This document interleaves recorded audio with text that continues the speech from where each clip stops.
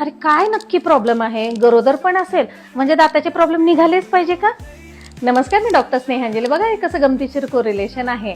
आपल्या सगळ्यांना माहिती आहे की प्रेग्नन्सीमध्ये हॉर्मोन चेंज होतात आणि या हॉर्मोनच्या बदलामुळे प्रत्येक अवयव हा काही ना काही प्रमाणामध्ये अफेक्ट झालेला असतो. तसंच आपल्या डेंटल हेल्थच्या संदर्भात आहे. प्रेग्नन्सीमध्ये हॉर्मोनच्या बदलांमुळे आपला सलायवा जर असं थिकर होतो, स्लज फॉर्मेशन होतं, क्रस फॉर्मेशन होतं, ब्लिडिंग टेंडन्सी वाढते, त्यामुळे इन्फेक्शनचे चान्सेस आणि डेंटल पेन हा जरा जास्ती वाढतो.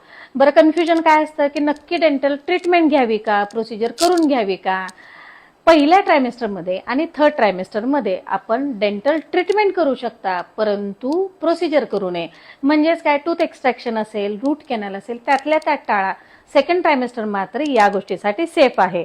बरं, मग हा सगळा त्रास होऊ नये म्हणून पहिली काळजी काय आहे? ती म्हणजे प्रेग्नन्सी प्लॅन करण्याच्या आधीच तुमचं डेंटल हेल्थ आधी बघून घ्या. धन्यवाद.